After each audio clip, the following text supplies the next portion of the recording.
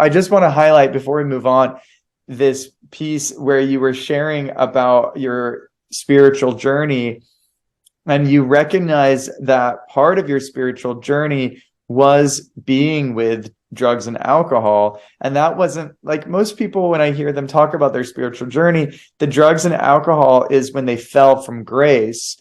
And then they found spirit that helped them get out of the drugs and alcohol. But in your story, the way I heard it, the drugs and alcohol were part of the spiritual journey, that you were still present with God, present with Source. And you even used the word fellowship and you acknowledged the freedom and the safety that moment provided you with.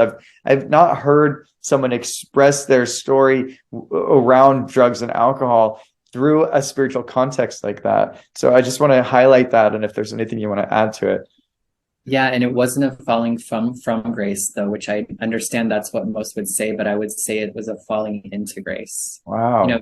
Think about it, like that was a time in my life when I didn't have to do anything to have value and worth, and you know what I mean? Like all I had to be, and all the little, because I was doing drugs and because I was ... I was no longer eligible for all that other stuff that I thought I had to do in order to receive grace. So I think in some ways, I fell more into grace and was able to actually feel grace, because earning grace is something I've tried my whole life, and that's just contrary to what it's all about.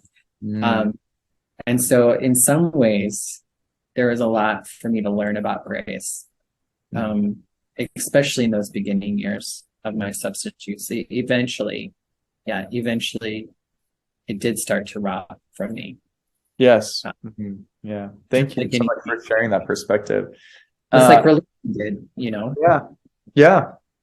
Yeah. Interesting that those have a parallel path there.